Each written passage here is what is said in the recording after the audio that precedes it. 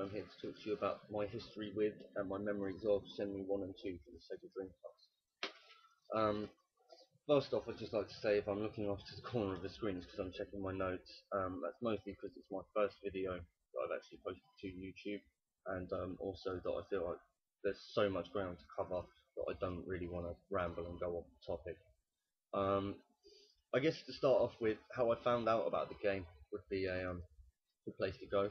I was actually in a local newsagent's as a young lad, just flicking through the magazines like I normally did, and I came across an official Dreamcast magazine. Um, I was just flicking through it and checking out what was what, and I came across an article on Shenmue, which was currently being developed at the time. Saw some screenshots and stuff and decided to read on as they caught my interest. And I was just blown away by some of the stuff that Yu Suzuki was proposing that would actually be in the game and what you'd be capable of doing.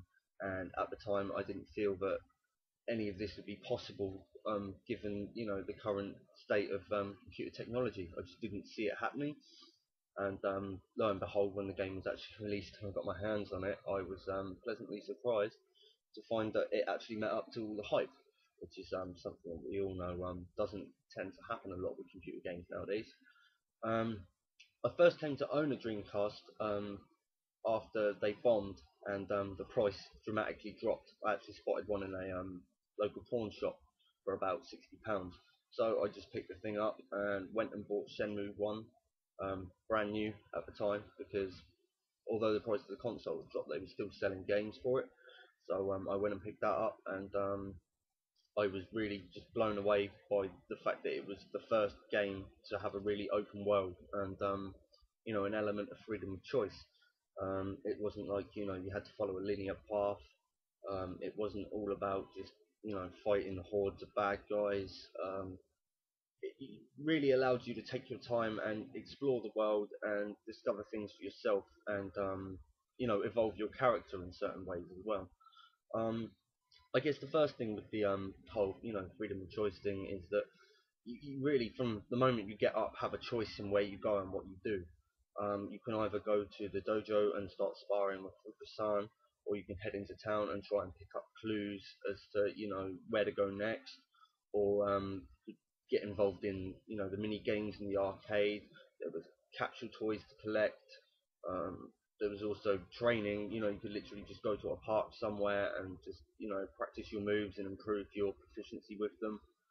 Um, it was pretty endless, to be fair. I mean, you could literally walk around your own house and pick up bits and bobs, like tapes and cassette players, and find photos of friends, that sort of led to more of the backstory of the character, stuff like that.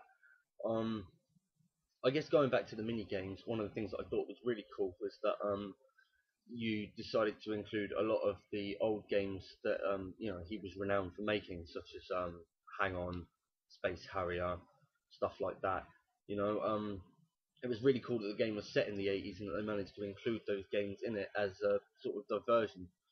Whereas with a lot of games where they have like side mini games, it's more or less something that the company's been working on releasing as like DLC or something, and it's just not really up to par. So they've just gone, oh yeah, we'll just bung that in there. It was really sort of quality classic games that anybody of my era at least would remember.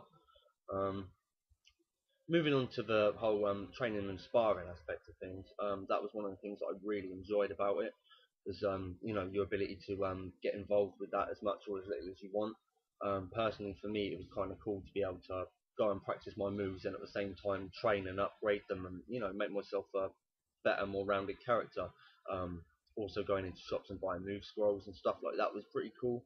Um, that you could just literally customize your character however you wanted. I think it was sort of the first time that you really saw that in a game. Um, I guess the reason that that appealed to me so much was my love for kung fu movies and stuff growing up. I was always really a big Bruce Lee and Jackie Chan fan, um, and I felt that it sort of tied in nicely with that sort of era and that sort of genre as well. It was like playing a kung fu movie. I mean, what kung fu movie isn't about avenging someone's death?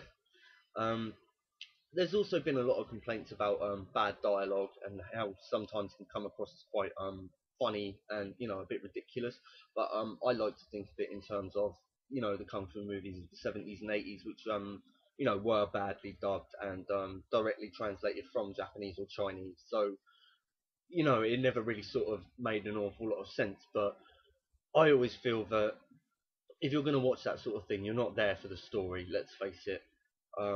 You're there to see asses get kicked, and yeah, you don't really sort of take that too much on board. I mean, with Shenmue, it's a bit different because there's a lot more of a story to it, um, and obviously the level of immersion with characters and the story itself. Nozomi in particular, I found I did quite like her, but yeah, just the level of immersion and how much you got involved with the story seemed to make that a side issue in that you just sort of have a bit of a laugh and a giggle with it. Oh yeah, he's looking for a place where sailors hang out. Ooh, hello. But it just sort of adds to the charm of the game, and I think that's one of the things that's elevated the game to a cult status now.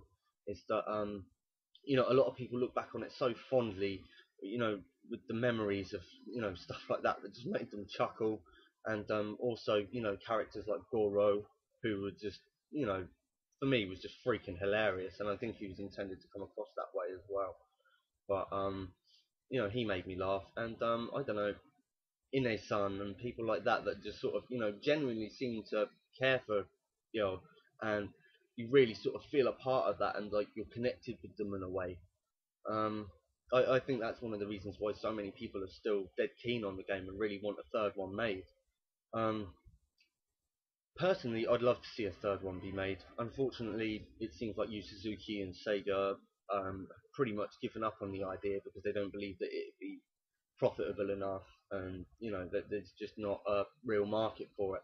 But I feel that there's enough people now that are looking back on the games with great nostalgia and still own copies of it. I still play through it with my little brother. I've introduced him to this game as part of my childhood, and now it's a part of his too, and it's something that we've played through together and actually bonded over, which is you can't put a price on that. Um, and more than anything else, he as well wants to know the ending. Does Rio get revenge? Are Nozomi and Dio reunited? What level of skill does Dio actually attain? Does he become an absolutely incredible fighter? Does he gain some kind of mystical powers from the sword at the end of the second game? These are all questions that really need answering.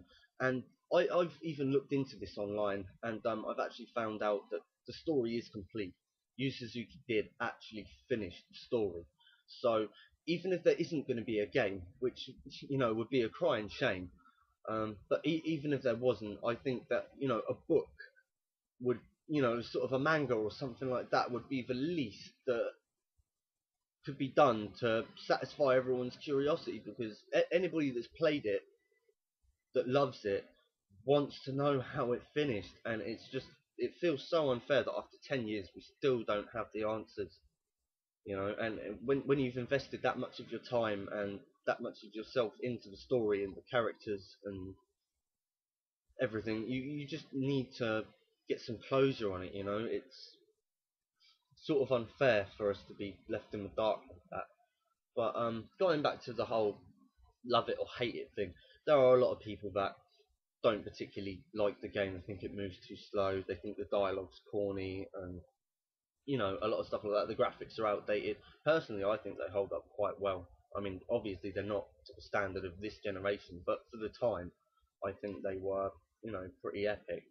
But like I said, love it or hate it, you've got to agree that it did pave the way for modern RPG and sandbox games. There was anything like this before, and all the resources and time and money that Sega put into developing this game really paid off in the long run for gaming. In closing, these two games have been a huge part of my life over the last 10 years and will continue to be so for a long, long time. To me, they're a lesson in what gaming should be.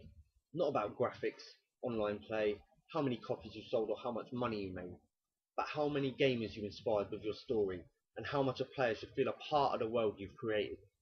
I feel that gaming has lost its way in recent times, which is why I'll keep playing these games to relive the story of Dio and his adventure.